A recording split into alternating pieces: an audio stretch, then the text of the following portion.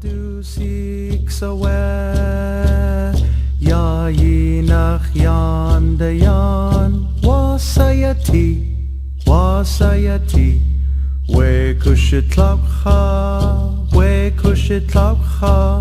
agwa ge aksi awe ho awe ho awe.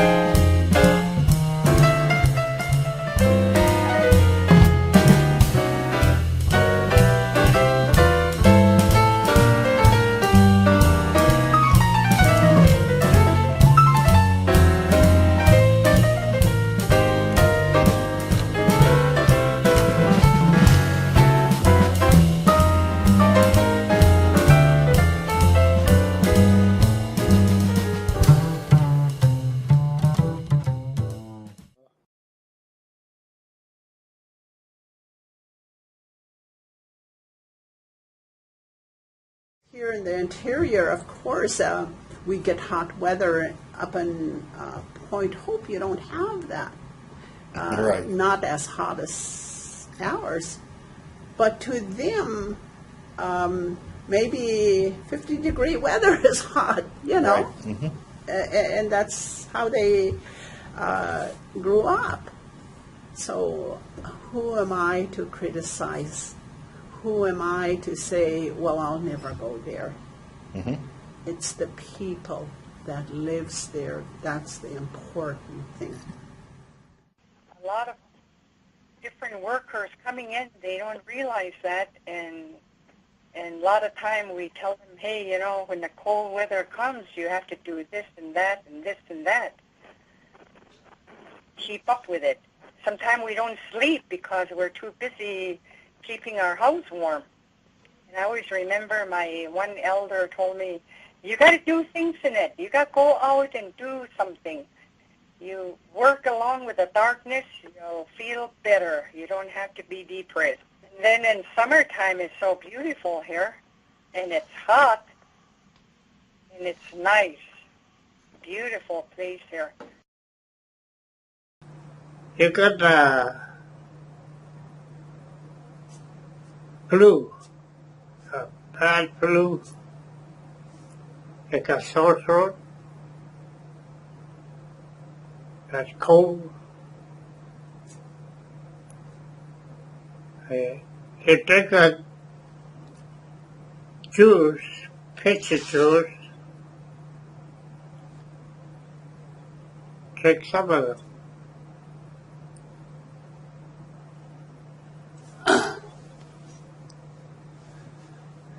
Your throat is thing up. It's thing up, take all the germs, I guess. Hang it up. Nothing wrong after that. It's pitch, it got stuck everywhere. So the pitch sucked it out to water. Pitch just suck everything.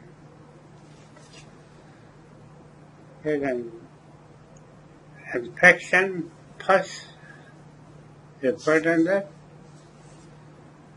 hang it up, suck it up. So make it clean, heal people long time ago. All people, no doctor. So he used pitch. He got hurt. He got to put pitch in it. Gotta be clean though. Respect comes first to me, and then get to know the people before you. I was taught when I first moved to a different village than my own that you go to the elders and talk to the elders first to get permission, and once the elders accept you, the whole village will accept you. I was taught that as a young person coming to town not to get at my first job, and so you can be accepted by, and then you have to have their respect for their cultural and the difference from yours, and what they believe is different from yours. You have to really go by mostly what their rules, I think. White people go to school, college, everything. Which people don't go to school, nothing but smart, but smart as why last long time before white man come in. I think one of the things that we all need to do is to get to know one another. When you come in from, let's say, Texas or something, you have the Texas culture. Well, when you come into Fairbanks or the interior, Alaska, you have to know the culture and customs and traditions in order to understand why people do what they do or the way they think. He cut fish. He wash it, hang it up good, hang it up, smoke it. They're really good. Old people like that's the kind of meat, smoked meat. The people have just, again, the biggest word I can say is people are so resilient and then innovative and then how they deal with change. A very vibrant culture. Yes, my people don't live like they did in the 1800s, but there's still Gwich'in people practicing their values and respecting the land and the animals, and all of that exists. And it's a beautiful physical space with a lot of good people. That's like the best part. But another thing, white people are smart, but he don't know the weather. He don't know what's going on. He don't believe it. God will. Right? We always try to put in our native values in the way we do things, the way we what we say, you know. Mm-hmm. That's really important, and I think that's good for the non-native to understand that. Absolutely. So, and that's another thing that you brought up for me was to use simple language. Mm-hmm. You know, sometimes even our college kids have a hard time writing a paper because they're thinking in their native way, and we have to encourage them to get out of that role for a little while and go into the non-native world. Then you'll have, because in the non-native world there's so much said in English that you could put it all on paper. Mm-hmm. But in the native way, it's very simple.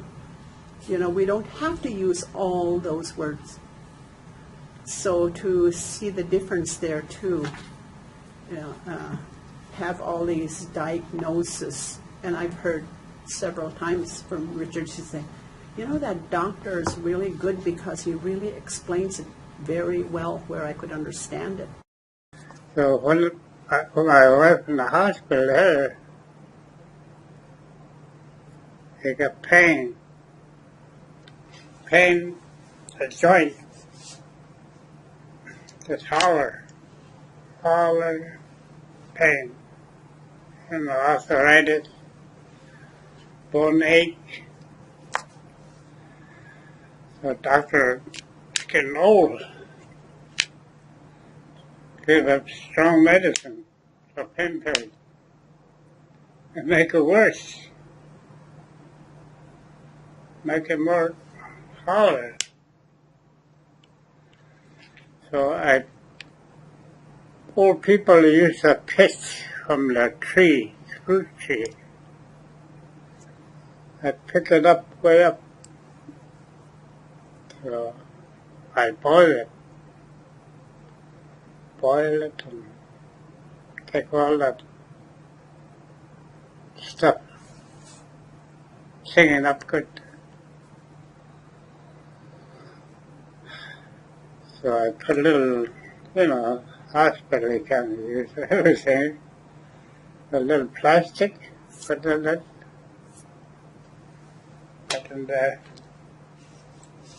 put tape over it.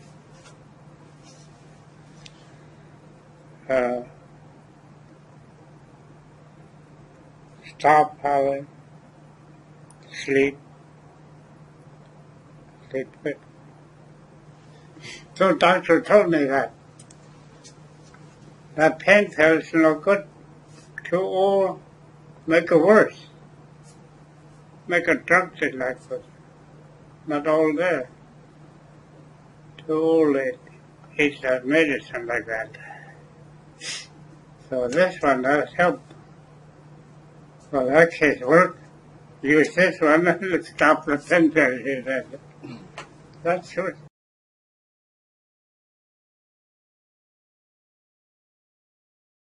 Summertime, we can go out. We can go out boating. We can go out snow machine or whatever, whichever, out on a car ride. But summertime is very, very nice. All the birds are out, subsistence. It's time to go duck hunting. It's always very, very enjoyable at a certain season. But other than that, 9 months out of the year, it's complete darkness. You probably saw that, Elizabeth. Complete darkness, and it's altogether different. Point Barrow is very remote. And there again, I would like to emphasize that it's very remote. It's very hard to live.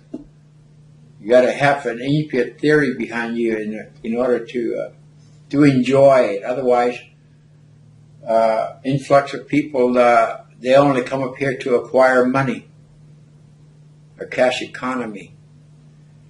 And so there's some people like that, so we cannot ignore them. They come here for the cash economy. And you can see we have 24-hour darkness in the middle of the winter, where we have real harsh weather. And for the people that comes from the south, they figure, maybe I'll just get in my car. No, it's not that way. It's not as easy as it is. So this would be a good orientation for the oncoming people that to expect of what is here in Barrow. Them days I grew up where we were living on wood stove, coal. There was no running water, no not much electricity, no TV them days. Everybody knew each other. There was only about maybe 300 people when I grew up here in Barrow. Everybody knew each other in them days. But now here, it's really it's a big city now. There's all kinds of people here, people from all over. Filipinos, Yugoslavs, Samoans. All of them came up when the oil boomed back in the 60s. That's how this town got big. It's from that oil. That's how Barrow grew. And now they're still coming. People still coming looking for work. This must be the only place that people come to look for work, to go to Prudhoe Bay, to get in that oil field. Most of them, they succeed. But some of them, they quit. Because there's a lot of racism in Prudhoe Bay. Because of us natives that were. Just because we're getting income from the oil, just like dividends. That's why most of the outsiders don't like us, because we get dividends from the oil field. from royalties. So beluga oil. My mom, I started getting some sores on my arms one time. Cut my arm somehow in the barrel, and I started getting sores on my arms, and they couldn't heal. The hospital up here couldn't do much, so my mom ordered some beluga oil from a neighbor, and she started rubbing the beluga oil on my arms. And what a few days later, all that sores went out, healed my inside. And I heard that beluga oil is good for your respiratory problem because it's got some kind of a medicine that always heals people through the skin or whatever their sickness may be. That's the only one I know is the beluga oil can heal. Sometimes when somebody had a bad cut and infected, real bad infection, she was called and then she mixed the kerosene and seal oil, I think, and then make it ointment or let it soak in that, and then I don't know if it was heated or not. I was not really paying attention because I don't really care for that kerosene smell. And a lot of times that kerosene really help other people infection. They really depend on that kerosene. It helps them a lot, and also seal oil. Also in summertime they also go plant picking. Many times they make their own, they save them for winter use. A lot of our young people that come out and that exercises, and of course it's exercising when you are out on subsistence. You work on your feet constantly, and you're keeping your clear mind of when you come to subsistence. We have to have a clear mind. So a lot of our people are getting into physical shape. Other than that, in the middle of the winter, what are we going to do? We cannot walk out there, so a lot of our people are lacking of exercise due to our remoteness, our darkness, complete darkness, lack of facilities, lack of understanding of what we can do to, for my health-wise, exercise. And we are very limited up here in the Arctic. Just like for me, I'd like to go take a walk right out now, but the wind is blowing. Oh, I have to put on my heavy clothes in order to enjoy the walk. And so we are very limited. We cannot go out there and jog when it's 50 below. You mean you say yes or that's okay? That's good, all right. Go like that. If they would learn more about us, we are very sensitive people, and we hurt easily. And so this is due to our being remote, being in a remote location. And so anytime when there's a person that, take for instance, a doctor that wouldn't have no respect for our people will not have no respect for him either.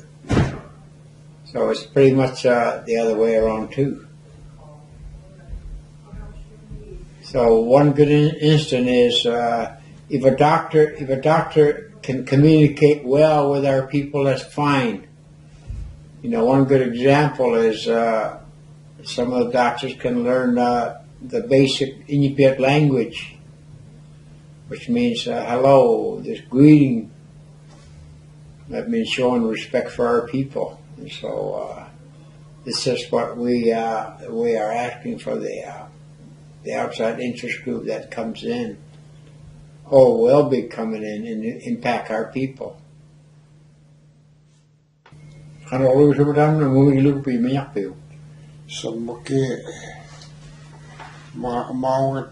Billy's saying that there's still miscommunication that goes on between the patient and the providers.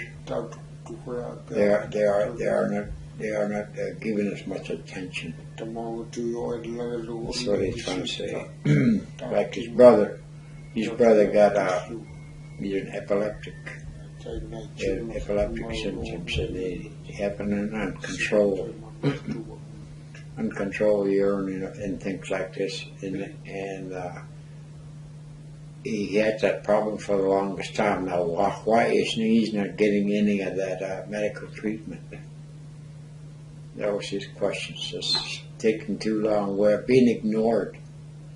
What he's trying to say. Long time ago, my mom couldn't talk English, and the nurse, the yellow little hospital was put up. The nurse tell my mom to talk English, and my mom told, no, how do I go like this? Newcomers, the nurse. That when all of my family, my brother and sisters knows about it, because my mom share it to the children. So she let us know. And I don't know how to talk English. That nurse, she talking in your back. Oh my gosh. We have 13 impact values that will that we share with people who always want to know about our culture. One of the things is hunting traditions. Angunial lanyak. Hunting traditions. Inupiral lanyak, which means knowledge of our language. Ilagi lanyak, which means family and kinship. Nagalik kutikane, compassion. Nakwa kutikane, sule kiksikraw tikane, udok kananun, allanullo. Love and respect for elders and others. Pamarinig, cooperation. So actually there's 12 of these values. Pahlagtawtaynik, avoidance of conflict. Kanyuinik, humility. Kiksikraw-tikanik, inyunearvingmun, respect for nature. Koveanronik, humor. Signataynik, sharing. And Okpekotikanik, spirituality. So when you come up here to our area, it would be a good idea to visit the Heritage Center here in Barrow, which exemplifies our culture. So with Barrow, it's very exciting when whales are caught, especially fall. Fall whaling, they are brought right here on our beaches, and people can go out there and take their pictures, and they see kids climbing all over the whale, and it's just a happy time. And then they start butchering. You can watch how it's done, and a lot of people working together. It's just a happy time to go out there, and just about anybody can go out there and go watch. Pamarinya, being warm, being togetherness. Pamarinya, being togetherness. This is what we have. As a Inupiat nation, we tend to have a close knit. A whaler would catch a whale, we all go participate in acquiring that whale. So we all integrate together. We work together. We share together. Yeah, we don't think about monetary values. We're thinking about the time of what it is to, in order time to be together. And so this is what our culture is all about. Western culture, you're talking about the time, working by the time, money. Time means money. Western culture. Egypt culture, if we have time, that's fine. We've got all the time in the world to learn.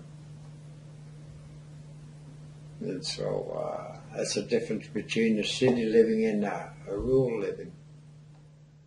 We also have a big celebration called Nalukadak in June, the blanket toss, and it's to celebrate the successful catch of the whale. So we cherish what we eat, and to hear people say derogatory remarks about oh, they caught whale and it just stank, or things like that. Those kinds of statements are not good. And sometimes two people can be talking to each other, oblivious to everybody else around them, and they talk about, oh, it's too windy here, it's, or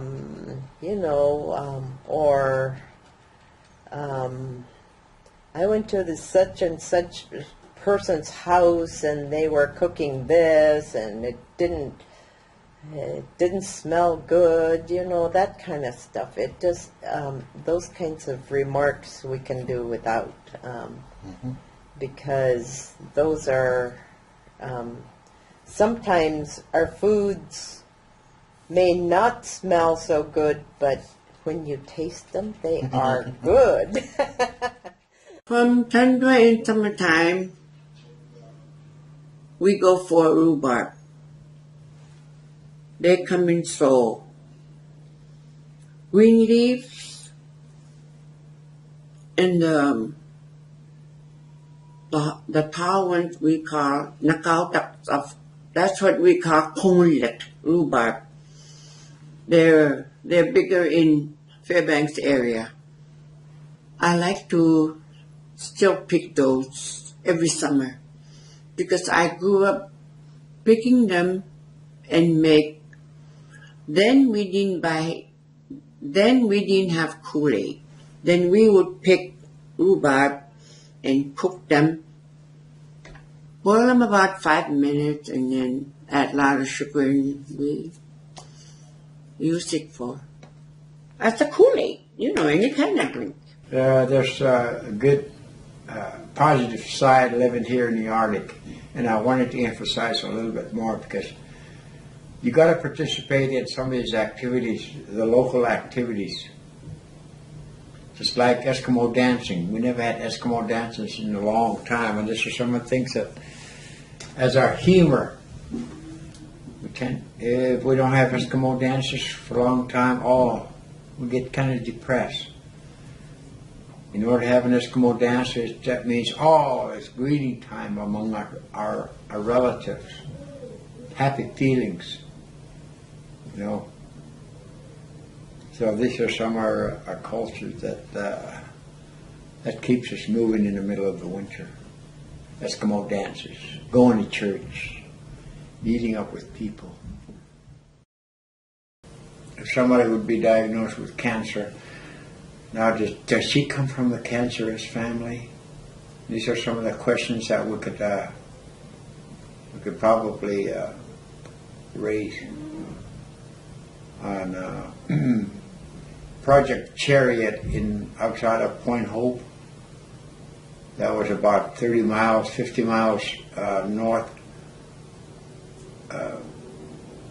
northwest of Point Hope. Called as Project Chariot. It involved a nuclear blast, and it had contaminated Point Hope. And Point Hope people eat the caribou and they get cancerous. This has happened about 25 years ago. We had a pretty good impact of folks in Point Hope getting cancer from what is happening is there was a fallout of the hydrocarbon, not hydrocarbon, but nuclear fallout within our area where caribou eats. And so it impacted. Well, I lost a lot of good friends from that, from cancerous period. That we find out that people in Point Hope were eating caribou that had eaten that contaminated nuclear waste within the tundra. And these are some of the theories that it should come out. I'm going to give an example on when you are prescribing prescription medicine. I would like to emphasize for the doctors to give the exact of what that prescription is all about and what it can do to you and what would be the symptoms. And these are some of the things that we have to come across to our people. We have to make understand that this is a black and white. Now, I want you to understand it. Before you take that medication, I want you to read this. This is some of the effective communication is what we need. Because our nature says, just like, for instance, here, Billy, he doesn't have very much questions, but back in his mind, it's there. The question is there, but how do I emphasize it? These are some of the factors that we as Inupiat people, our communication has certain blocks. For myself, I am not afraid to say that this is it. Maybe Billy will probably have something to say with this prescription, but he wants to be able to understand it. And this is what effective communication is what we need from the outside people, doctors that comes and prescribe us, oh, something wrong with your hairline, something wrong with your teeth. And so these are some of the things that effective communication's got to be done.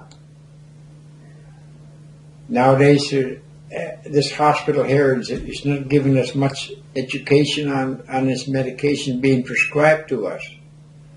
So that's the difference. And our people have an impression that they are given the wrong medication without even having a good diagnosis of the symptoms of the patient. And so this is what I really wanted to come across, that you have a good, effective communication with our people. Otherwise, you wouldn't be able to take care of the people in an effective way. In our people, we have to trust in our doctors because we're limited. We have no choice. When we see a doctor, oh, there's a doctor, all right. Can I trust him? Without even a second thought, all right, he's a doctor, we'll take him. See, we're having no choice. But in the future, are we going to have choice? See, that would be a difference too.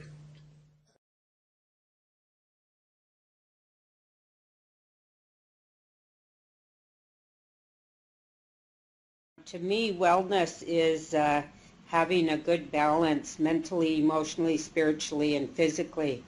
If you're off in one area, it affects the whole being, the whole person. We are working together to make our community a healthy and a safe place to live. It also means supporting and encouraging one another.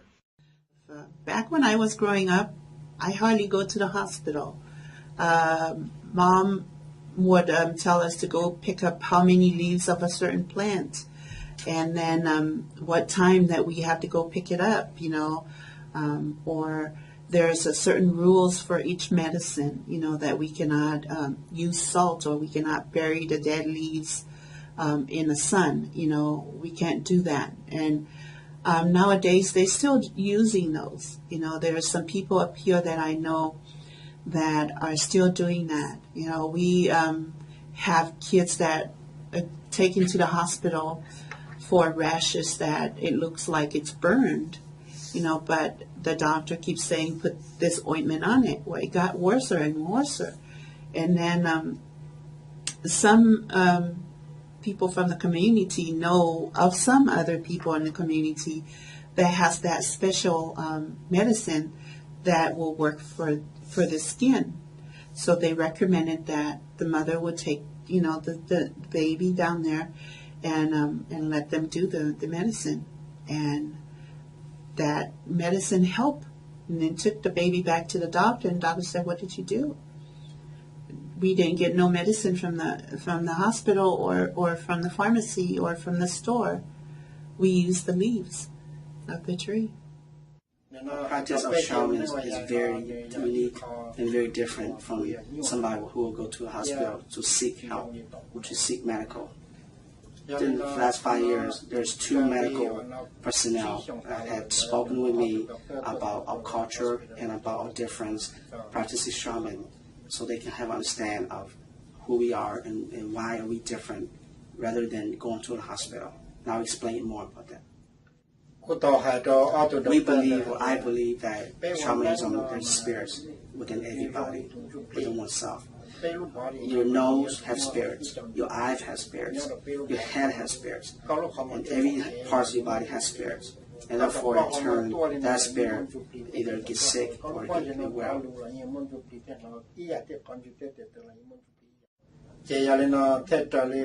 I had talked to 2 doctors again from Providence Hospital. He said that I told him that when there's an emergency like 911 right now, they can check for either broken bones, cuts, bruises, outside, external and external. But if their problem doesn't exist and they're fine, then we can look at their spirit. It's fine. And see if that could be an issue that they can deal with and maybe take their spirit back home to the body. That's what I told the medical doctors at Providence. The reason why so many communities are at the state they're in, and when I say the state they're in, there's a lot of violence, there's a lot of abuse, there's a lot of people abusing each other, is because nobody is talking. If they're working with families, I hope that they take time to get to know the history of that family. Not be quick to give a medication and deal with the problem. I'm not for that. I want a person coming in that's not of my culture. Come on, let's share. Let's get to know each other. Let me tell you about my culture. Let me hear about your culture. In that way, I think there'll be respect for each other, because respect has to be there. You could provide maybe unconditional love. Maybe it's not there in that family because it's been disrupted. Maybe if you get to know me, I'll tell you more. Maybe I'll start trusting you.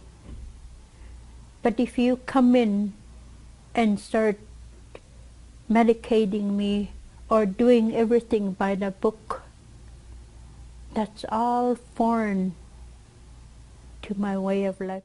The other thing that maybe the native culture can teach the non-natives is connecting with an elder. Maybe you haven't experienced that in a long time. Get to know an elder.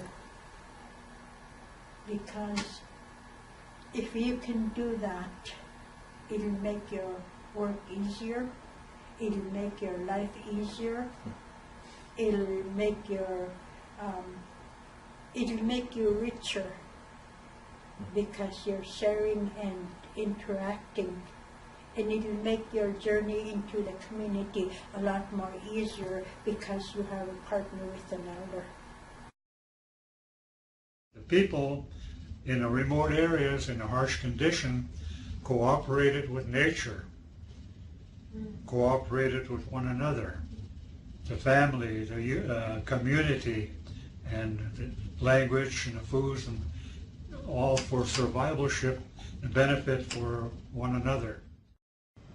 Because there's two elements, the native element, the family, the friends, the villages, the foods, the language, the other element, the other force that's taking over the way of life is the impersonal. The old traditional belief systems are still there, and I think it's still critical that that belief system needs to be mentioned and preserved and to be understood by those people who don't really know what those belief systems are and were. And those belief systems were nothing more and nothing less than the whole ball of wax revolving around principles, values and principles, honor and respect. Those four words that the native people used to live by, and they still do today. It's the values, the principles, honor, and respect for one another, and for the language, the foods, and for the villages. Respect, is one of those things that I think every community in the whole world look at respect. If you go the doctor and the doctor you got the feeling that doesn't respect you enough because you speak with very strong accent or you cannot speak the language, if that person see the doctor respect and try to listen to you and everything, the whole environment in that room will change. That open the whole situation, right? But if you go and you have difficult with that particular person, doctor or nurse or whatever, and you get the sense that she's like, oh man, I know this one, come on, again, the whole room changed, the environmental, little more like hostile. Soon I got out of here, I'm not coming back. I prefer to eat my chicken soup at home. You know what I mean? Those things I believe are very critical. The sense of respect. I'm not mean that the people in those rooms are disrespectful, and not at all. What I'm saying here is just the sense of the person going to the room, and if he had a sense of respect from the other people, that will change. That will help a lot. It's simple. And in my case, yeah, definitely. 20 years ago, I went to the doctor, and I was shy to talk my English because my English is so strong. With me, my Mexican accent is so strong that I was like, but when I see that person, I say, yeah, no problem, try again. Repeat this, no problem. That, the whole environment to change, and I say, yeah, okay, if he don't understand, he give me a chance to say that again, right? So that's what I'm talking about. One of the things that I like to say to you guys and also to providers is now we're slowly transitioning into the American society here. But what I would like to see is before the doctors or provider make us do something or ask us politely or ask somebody who will understand how it is to ask us so we can understand how it works. And in turn, we also believe in the tie here that they will bond their spirits or help their spirits.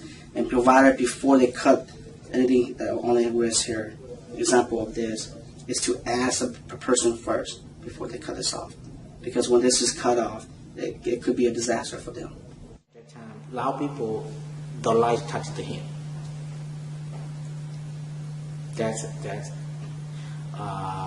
If you touch the hand, doesn't mean you do not respect. It's not the same. But over here, my friend touched the hand. Oh no. Oh, one of the things that I heard is that that's a sickness. That like being Filipino, you get that kind of sickness all the time.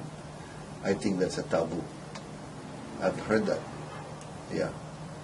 Like for example, it's a boil. There's a boil, and you ask them to take a look at it. They always say, "Oh, that's a sickness of the, of the Pacific people." That's a taboo. I mean, the guy would say, I mean, even if it's true, I don't think you should be saying it, And just if you can cure it, that's fine, but don't tell him.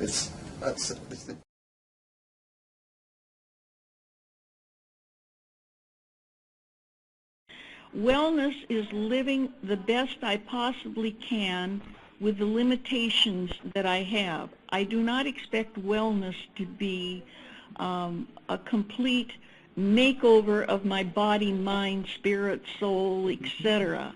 I want to live within the parameters that a somewhat healthy 80-year-old lady can live. Wellness to me is the exposure to the natural elements that we have outside. We are so lucky to have the fresh air, the less cars. The Devil Club was known among our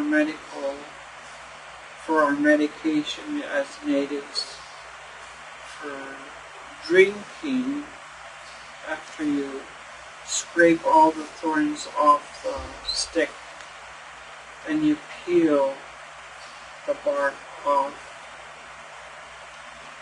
and you wash that and then you put it in a pot, boil it for about 45 minutes and then you strain it in a large pot with lots of strength. It gets strong. You strain it into a container and it's just like tea. And whenever you're not feeling too good, your system, you drink a glass of that in the morning, noon, and night. Kind of flushes your body out of whatever is starting in your system. Spruce pitch, a certain kind of spruce pitch was a gathering for our native people. We always used one of those big shells to gather the white pitch. You don't get the crystal light pitch. It crystallizes. Only the white that's kind of creamy is what they gathered. And when you keep it, it stays that way. It doesn't crystallize. And then when you're going to use it, you put it in another shell and melt it slowly. And once it's soft, you go and put it on a gauze or a clean cloth. And if you have a boil, that's what you put on there and it draws all that infection. You have to change it at least 3 times a day to get all that infection. Once that cloth is clean, then all that infection is starting to heal. And that's how we see it. I think one of the other important things too is that they may have a book view of what the natives and how they live, and we do have what I think Mom said, like we have 300 or 400 natives there, and even though they don't look native, they may look more white, but they need to also know that there are natives that have no idea what their culture is, and then there's a group of us that are very aware what our culture is. And one of the most important things is that we hold our elders in high esteem. I mean, they get fed first. We honor them. That is a very, very important thing. Like I say, when you greet someone, a native person, an elder,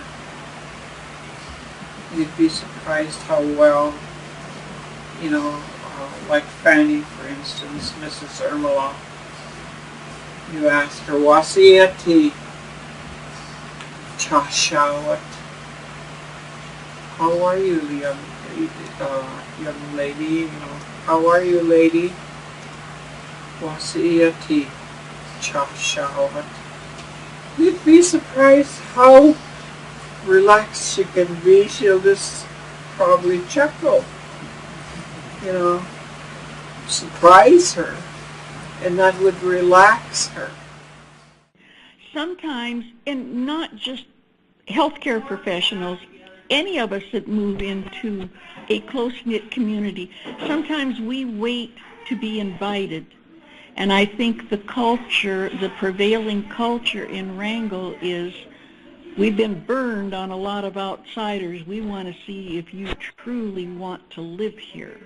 And so we, as the newcomers, need to make that first step out by volunteering our first Sunday or two in a new church, or if we're a bingo player, to volunteer at the bingo hall, or in some way start our little niche within the community. And maybe we didn't come from that wherever we came from, but we had roots there that went deep, and now we've got to transplant some of those roots.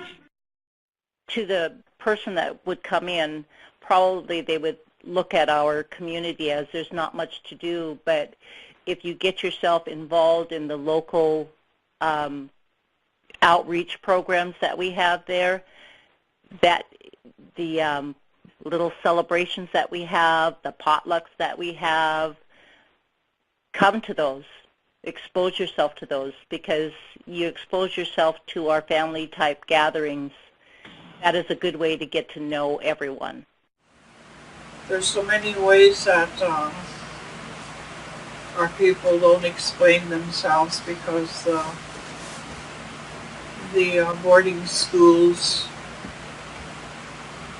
separated all our families away from their culture. Like 9 months out of a year were separated in boarding schools. They didn't have no high schools here in our community. And just recently, when the law passed that the boarding schools were closed to us and our high schools were open here, and so we remained. But by that time, our elders were all gone, so they didn't have a chance to pick up whatever should have been very important to us. I think one of the other important things too is that they may have a book view of what the natives and how they live, and we do have what I think Mom said, like we have 300 or 400 natives there, and even though they don't look native, they may look more white, but they need to also know that there are natives that have no idea what their culture is, and then there's a group of us that are very aware what our culture is. And one of the most important things is that we hold our elders in high esteem. I mean, they get fed first. We honor them. That is a very, very important thing. Like I say, when you greet someone, a native person, an elder, you'd be surprised how well, like Fanny, for instance, Mrs. Ermela, you ask her, Wasiati, Chashawat. How are you, young lady? How are you, lady? Wasiati, Chashawat. You'd be surprised how relaxed she can be. She'll just probably chuckle, surprise her, and that would relax her. Sometimes, and not just healthcare professionals, any of us that move into a close-knit community, sometimes we wait to be invited. And I think the culture, the prevailing culture in Wrangell is We've been burned on a lot of outsiders. We want to see if you truly want to live here. And so we, as the newcomers, need to make that first step out. By volunteering our first Sunday or two in a new church, or if we're a bingo player, to volunteer at the bingo hall, or in some way start our little niche within the community. And maybe we didn't come from that wherever we came from, but we had roots there that went deep, and now we've got to transplant some of those roots.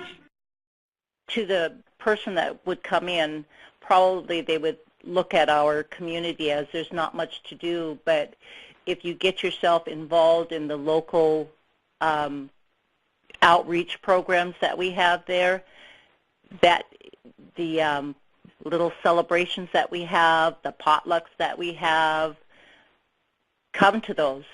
Expose yourself to those, because you expose yourself to our family type gatherings. That is a good way to get to know everyone. There's so many ways that our people don't explain themselves, because the boarding schools separated all our families away from their culture. Like 9 months out of a year were separated in boarding schools. They didn't have no high schools here in our community. And just recently, when the law passed that the boarding schools were closed to us and our high schools were open here, and so we remained. But by that time, our elders were all gone, so they didn't have a chance to pick up whatever should have been very important to us. The first thing that I think is most important for anybody coming in to work in villages is that they have to be willing to fall in love with the people that they're living with, or the region that they're in, and that means learning the culture. It means learning what's funny and what isn't funny. It means being willing to recognize that you're in a new world, and you have to let that old stuff go in order to be filled with the newness. And that not only do you have to be willing to fall in love with the people, but you have to be willing to allow yourself to be loved. We have great distances in Alaska to travel from point A to point B. We are all aware of that, but someone coming new hasn't yet realized just how big Alaska is. Mm-hmm. And they will try to set up an appointment. They want to refer you to someone someplace else. Well, that's fine if it's really necessary. But is it just for their convenience because they don't want to treat you, or is it medically necessary? We'd like to see the same qualities in anyone that becomes a part of the community, and that would be to embrace our lifestyle. And for heaven's sakes, do not tell us how it was done down south, back home, on outside, whatever you want to call it, because you're here now, and we would like you to adjust to our lifestyle rather than you thinking we should adjust to your lifestyle. If you wanted the box stores, stay where they're at. With an elder, they need to give them more time. I mean, in respect, you need to give anybody else more time, because I have noticed in the fields that I've been involved with, I respond more fast and don't take that time to really think it through, whereas an elder a native elder, even another native, we need to allow that time for them, because in respect, because we don't live the high, fast-paced life as somebody else, even say in Juneau.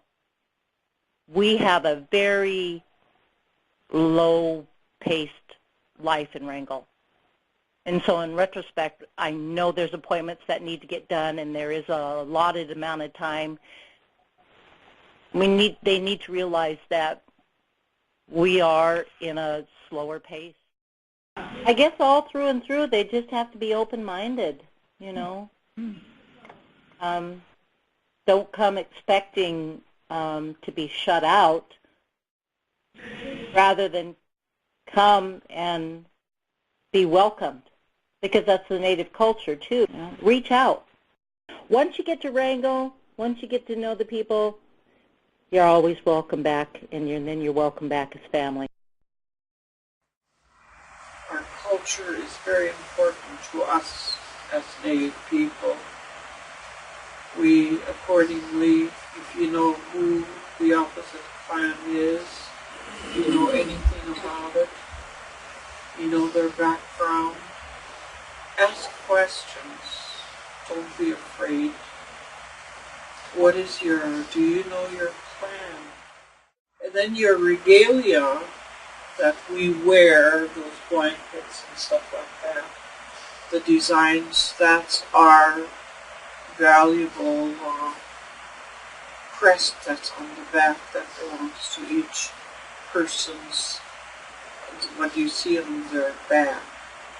Like if there's blankets with eagle on it, that's a member of the Eagle clan. See, that's a combination right there. That's a sockeye salmon. And under the, he's got Tlingit dumps on there because he lived in Heidelberg a long time, I guess 20 years, and everybody thought he was Haida. So he had my daughter fix Tlingit dumps on there. Let everybody know he's a Tlingit.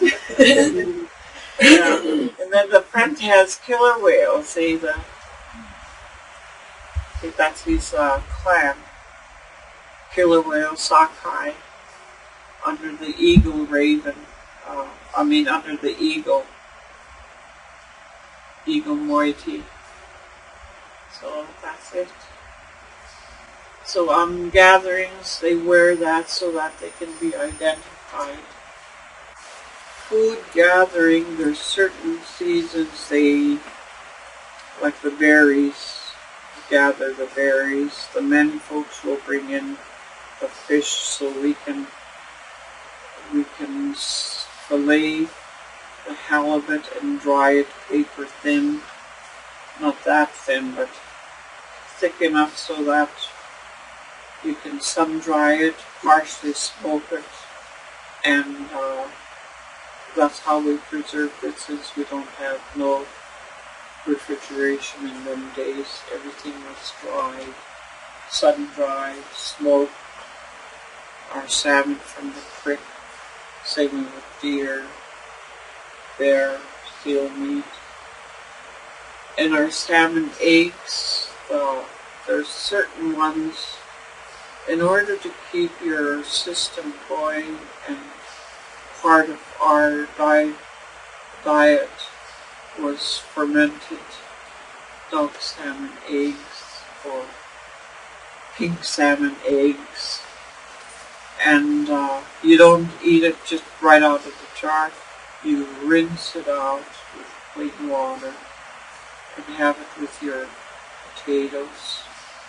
You don't gouge yourself. It's just enough, like a small bowl, to help your system going. Then you have your dried fish to eat along with it, or your smoked meat. Then we have the cocoa eggs that are smoked, the whole bag smoked, crusted, then you crush it You get skunk cabbage leaves, you cut the ridge off, flatten it, and you kind of wilt it from the open fire and lay it out in a little barrel bottom that's cut down that size. You lay those in there. Then you start packing that salmon eggs that's crushed into that barrel until all the air is out, and then you cover it with what hangs over and then store it away. And months later it's fermented and you cut into it. It's like cheese, like Tillamook cheese. You cut it thin, one slice, eat with your dried fish, your potatoes. That's all part of our diet.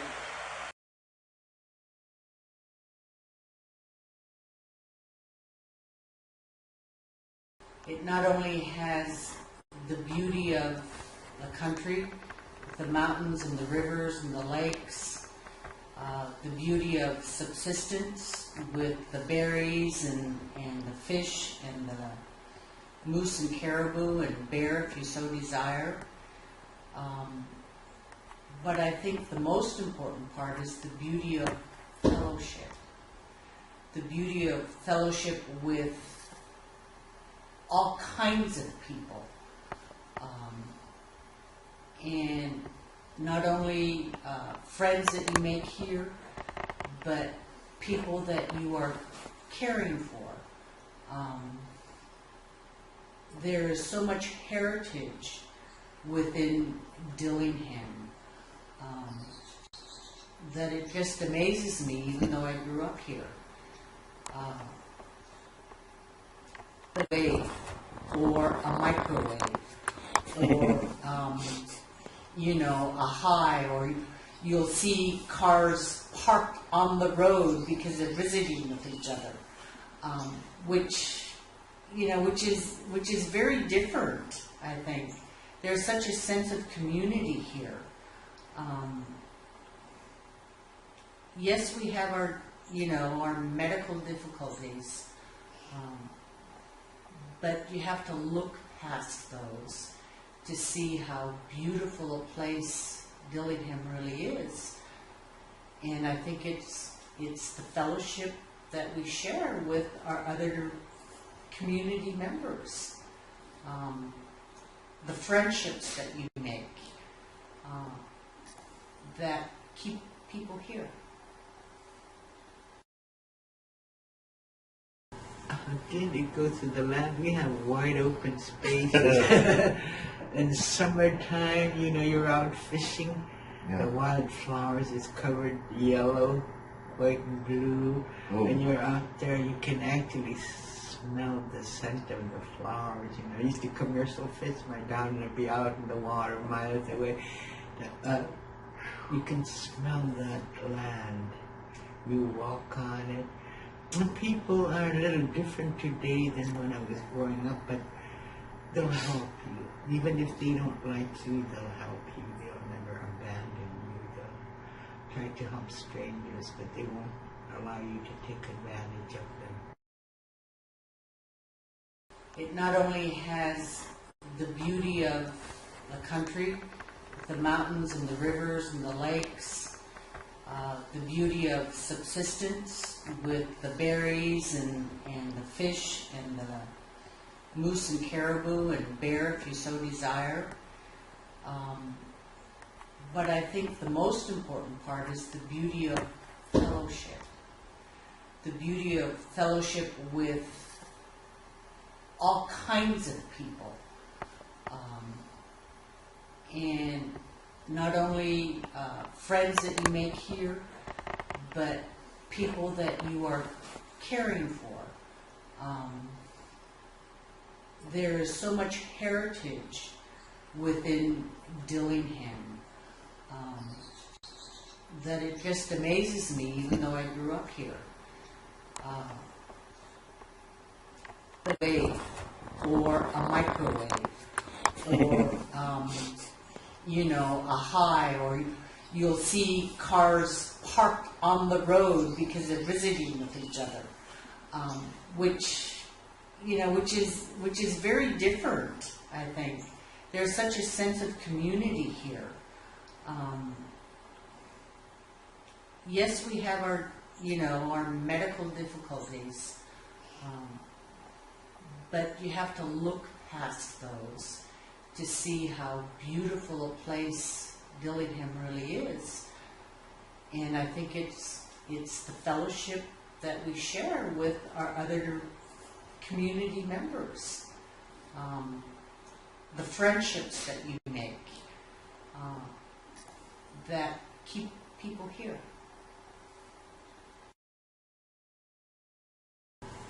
Again, you go to the land, we have wide open spaces. In summertime, you're out fishing. Yeah. The wildflowers is covered yellow, white and blue. Oh. And you're out there, you can actually smell the scent of the flowers. I used to commercial fish my down and be out in the water miles away. You can smell that land. You walk on it. And people are a little different today than when I was growing up, but they'll help you. Even if they don't like you, they'll help you. They'll never abandon you. They'll try to help strangers, but they won't allow you to take advantage of them. There's a Western definition of wellness, and then there is a Native definition of wellness. I frankly don't know what wellness is. I used to think that it was physical.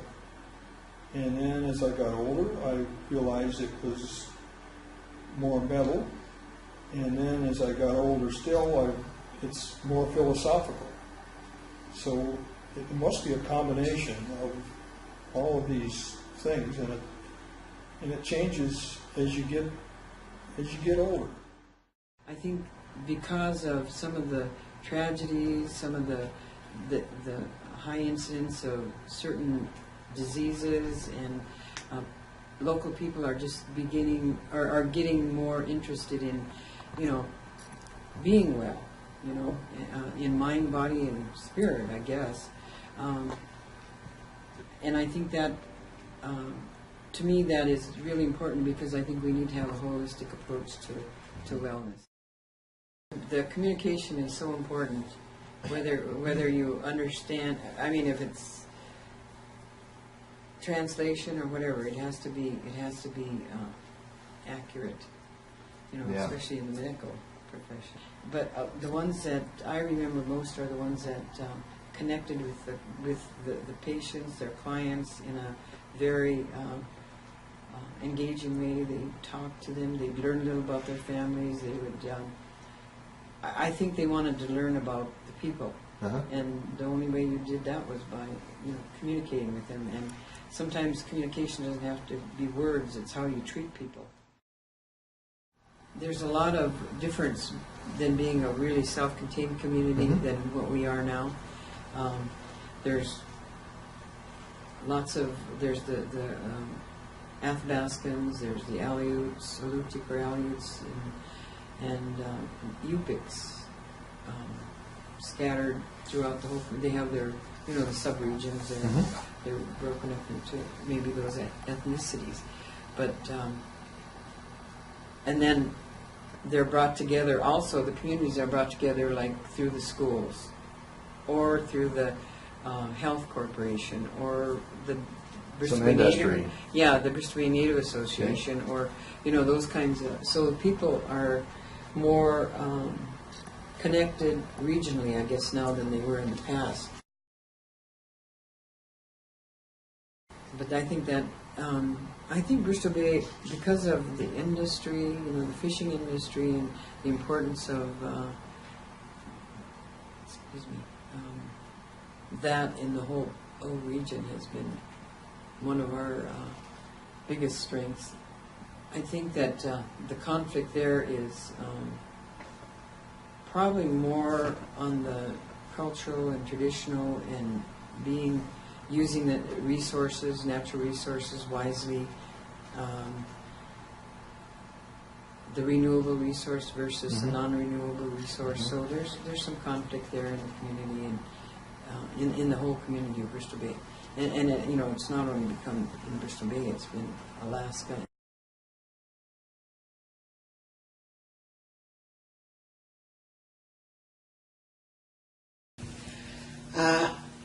Input. Oh, when they used to have stomach aches, they'd gather, they'd drink the burbot or lush fish oil, and also the pikefish oil. They'd use that for medicine for stomach aches. And then there was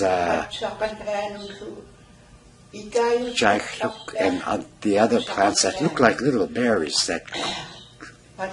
Those were a great help for colds. And if the person caught a cold, they'd cook those little plants that had flowers that looked like berries, and then they'd boil those and drink the broth, the brew. And boy, that would clear up the lungs and clear out get rid of the cold. Even doctors are concerned about colds nowadays too, just like we used to be. Yeah, they always ask us. They always ask me what kind of medicines I take that I gathered off the land. And then I used to have Hudson Bay tea, tundra tea, even some tree barks. But they warned me not to use tree bark because the blood would get thick. And so then they gave me some medicine one time because I always take them with me and showed them to the doctor, and the doctor told me once, use the medicine,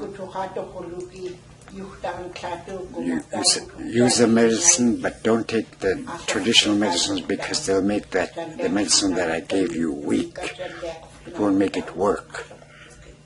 And so for my heart pills, I quit taking traditional medicines.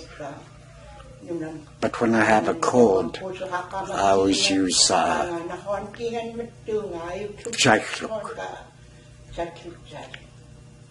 or kanganakok.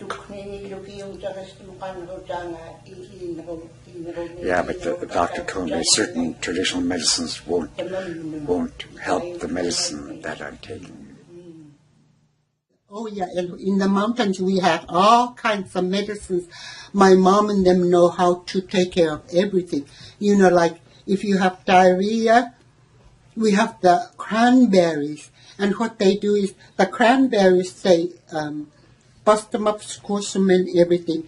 And Grandma put them in a little old skillet and then boil it.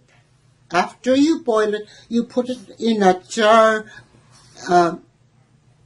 And you keep that thing with other mountain kind of leafy kind of trees, and you also cut those up. You put it in there. So when you drink that, it's like you drink a tablespoon of it, and you have no more diarrhea when you have that.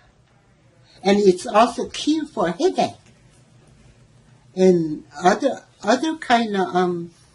We knew all kinds of things that grow here that are good for medicine. And you eat them at certain times when you need to. Then there had willows that grow around here that you take the bark off and peel the... That's the one right there. Yeah, outside and they're short for toothache. Yeah, right. As well as you also eat the leaf of it. You take it up and eat it. But the stem part, like you said, they're very soft and tender when you pick them.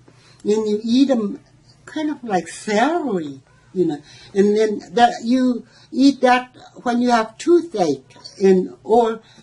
We ate it all the time, even we didn't have toothache. No wonder we had good teeth, huh? And you know what? One time when my sister almost died, she was 1 year old. They brought him to the hospital, and they couldn't cure him or anything. Big stomach aches. She used to vomit green stuff, and her uncle was green and everything. She couldn't get well. So when we went home, them tree barks, my dad get that tree and take that tree bark, the bark off, and then the sap of it, of the tree, he takes it down like that. And then my mom makes it into a juice. And then, and my sister couldn't eat. She was going to die, you know. So my mom, teaspoon, because she couldn't eat, she always wanted to vomit, just put it in her mouth. And on the third day, she become alive. And that's all she eat was that tree sap. And that's what got her well.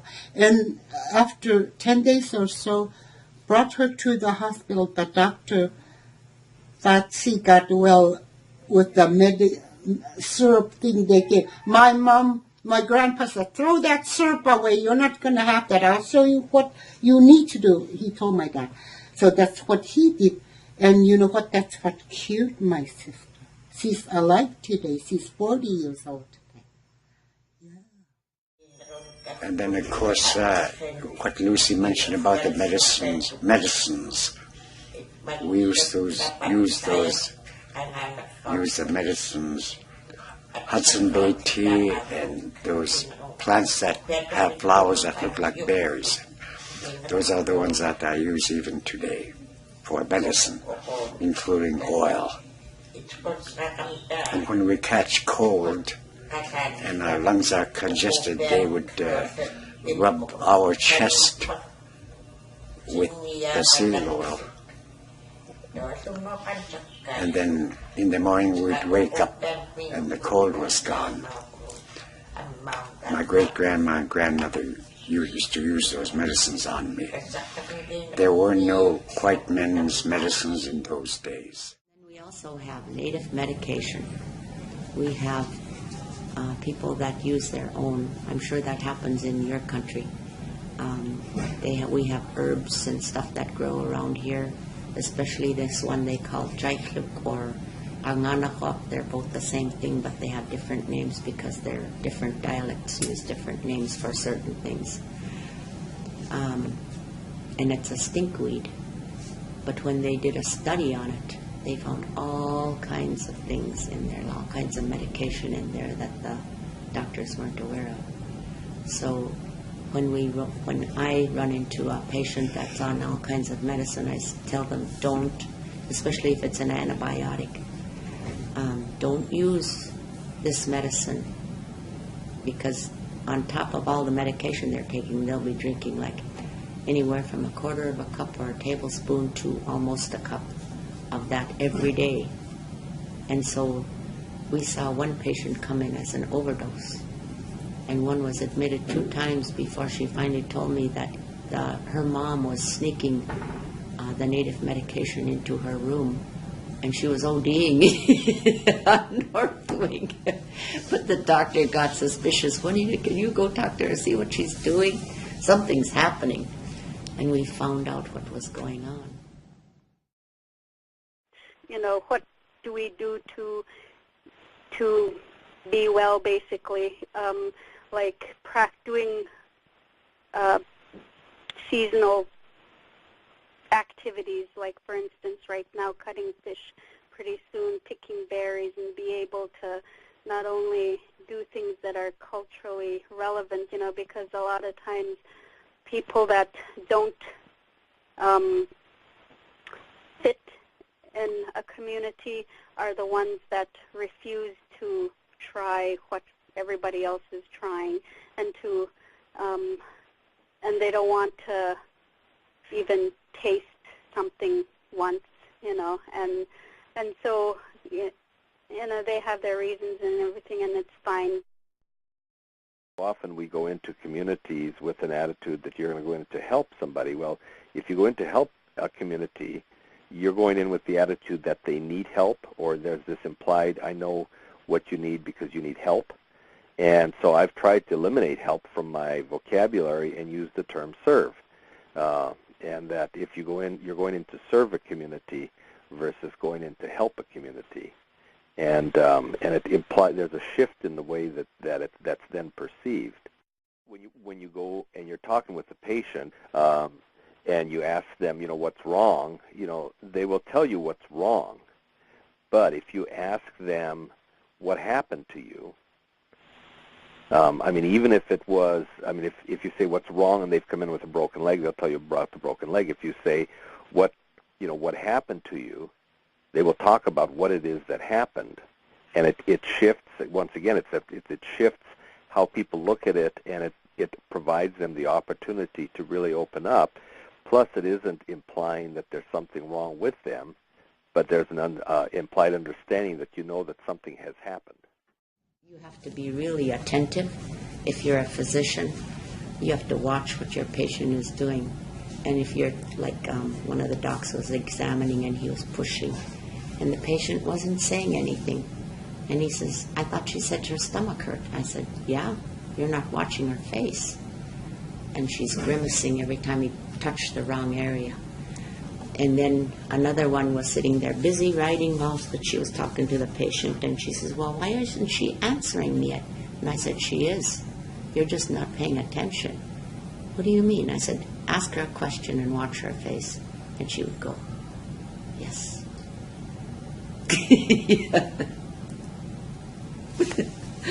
Or like this. I don't know. Mm-hmm. Yeah, we do. You people have to do that a lot to do it. That means yes. A lot of our patients are real shy. Even the elder people are shy. And to put them in front of a camera, oh, forget it. What they call the pause period amongst us, Upik, is that if somebody asks us a question like, do you get along well with white people? And then we pause there for a while and we think about how shall I answer this to be truthful. Well, in the meantime, the white guy will get impatient to ask me a second question and say, do you like to eat fish raw? And then in the meantime, I've thought an answer for the first question. I'll say, I like them only if they're frozen. Maybe you didn't get it. The first question was, do you get along well with white people? I say, I like them only if they're frozen. I like to eat them only when they're frozen. So he's thinking, what? What do you say?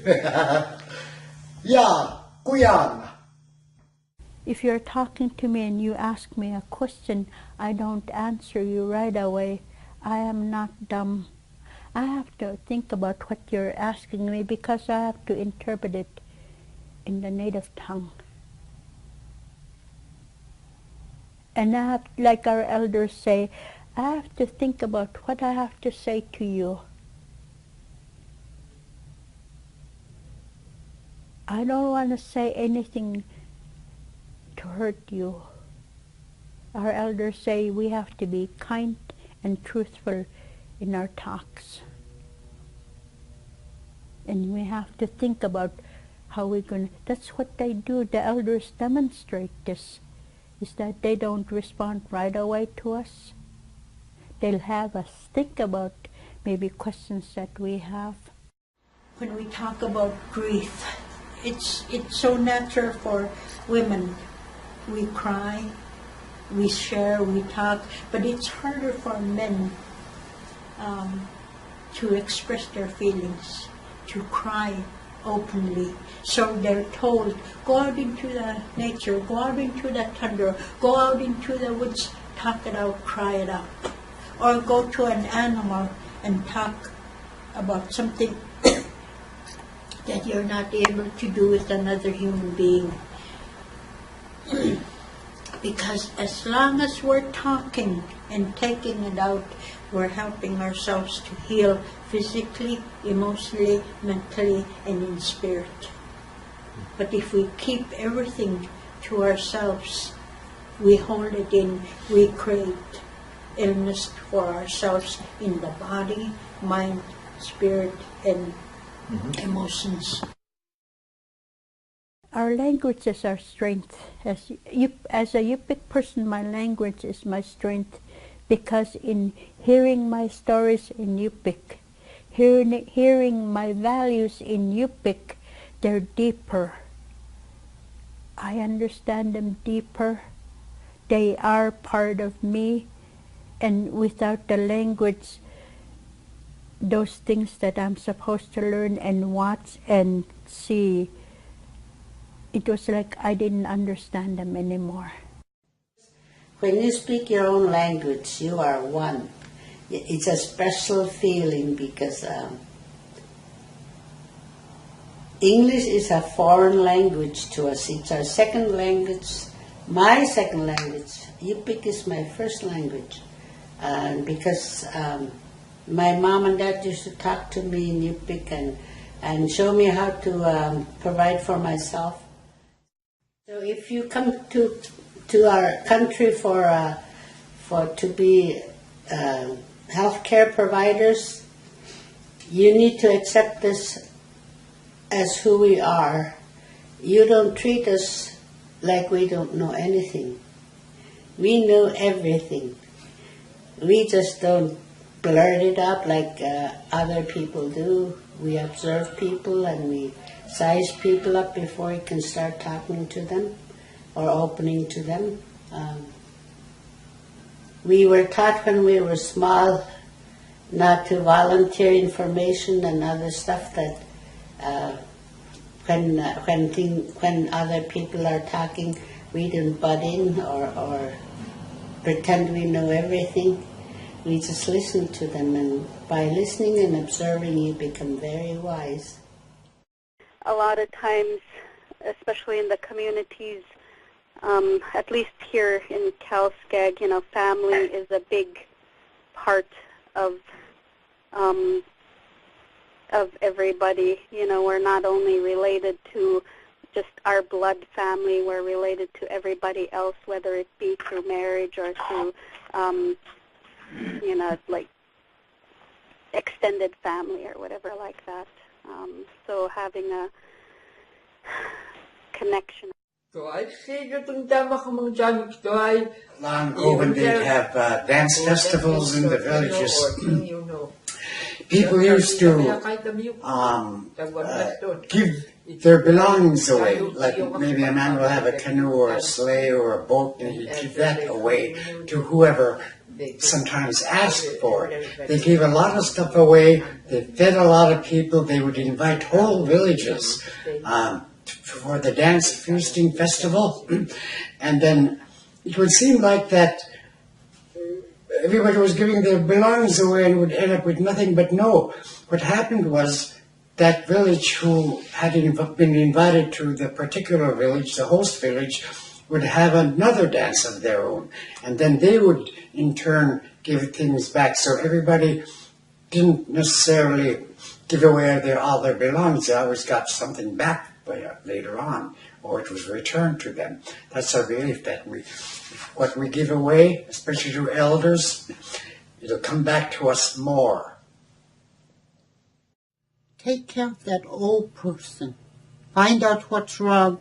If you have that diagnosis, if you think that's going to be bad, even if it's bad, tell them. They'll accept it. You'll be pretty surprised how you big people are. Even if they found out you're going to die, they accept it. And they say, and they'll feel better. Even though they're going to die. They prepare, they know they're going to die. Instead of going, maybe I'll get well, I'll go to the hospital and get well, maybe they'll give me the right medication. Instead of doing that, tell them right there. Don't hold back what's wrong with them. You'll be surprised how we accept, the Yupik people accept terminal cancer, terminal sickness. They accept. You'll be very surprised. Trouble with the Yupik people when you become a doctor is we have respect. The old people hardly complain. They don't like to complain. They're untuktuk, and they don't want to. They're more embarrassed than anything. So you got to get out of their system what is exactly wrong. If something is wrong with their uterus or their colon or stomach, or they're not going to tell you. They're ashamed. You got to get to the bottom of the problem of that woman and say what exactly, and they'll tell you. They'll tell you what is wrong with them. So that would be my advice to the people that come up here. Treat people with respect, and especially the older people. They're gone, they're going, and they need more care today because they don't know how to take care of them. The best clinician I ever worked with when I was working with our health corporation was a clinician that made sure that if something, we're taught about red flags and stuff like that, but every time some kind of red flag came up, like eye contact and this and that and whatever, she would come and ask me, ask the questions within your culture, or is it normal, or what's normal? Another good way she kind of did it was she observed everything. I mean, she didn't come in with a judgmental stereotype thinking. She was open-minded. She was, willing to understand that, yes, this is going on, but this is the strength, kind of like a strength perspective kind of thing. A good example is that Earl, he could go for a doctor. Earl Hoke seemed like he knew everybody in the Delta, even though he was an X-ray doctor. And he knew how to carefully X-ray people. But he made people comfortable. Yes, around him. He made people comfortable. And when they're comfortable, they open up and can talk about what's wrong with them. Yes, even though he wasn't a doctor. Yeah, he was an X-ray technician. When I was young, I used to get X-rays. When I was young, I used to be scared to go to the hospital because I didn't want to get up shocked. No. But he'd made me very comfortable when I was going to get my X-ray, and he'd always take measurements of my chest, and he'd take his measuring, whatever it was, instrument, and say, "Okay, I'm going to measure your bullywugs." And then he'd put it on my chest, and I'd start laughing. I said, "That's not my bullywugs, that's not my foot, that's my chest." He said, "I know your bullywugs." And make me laugh, and I felt very comfortable, and I wasn't scared to get X-rays anymore. And I noticed also when I was going in, can't you give me a better room than this? Because I know it was one of the cheaper ones, and here's the Kassak over there in that better room, and I want a good room like that one. Do you have one more? Yeah. Well, I want it. My insertion paper. The treat. If you're native, but if you have insurance, they will take care of you. And eloquent speaking, English-speaking person is going to be taken good care of every time he goes hospital or admitted or anything. Then the Yupik, I'm telling you the truth. They probably ain't going to like this what you showed me, But I'm telling you the truth. I'm telling you the truth.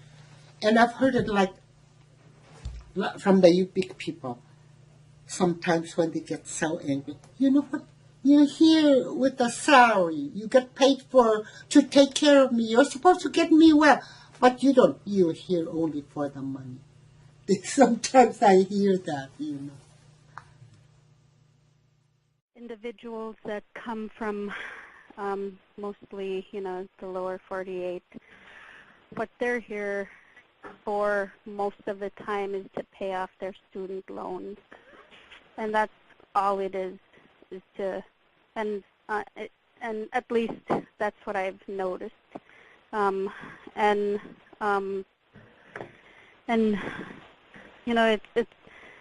It's good that they're getting their student loans paid off, but when there's an issue, I've decided to start telling them, you know what, this is my home.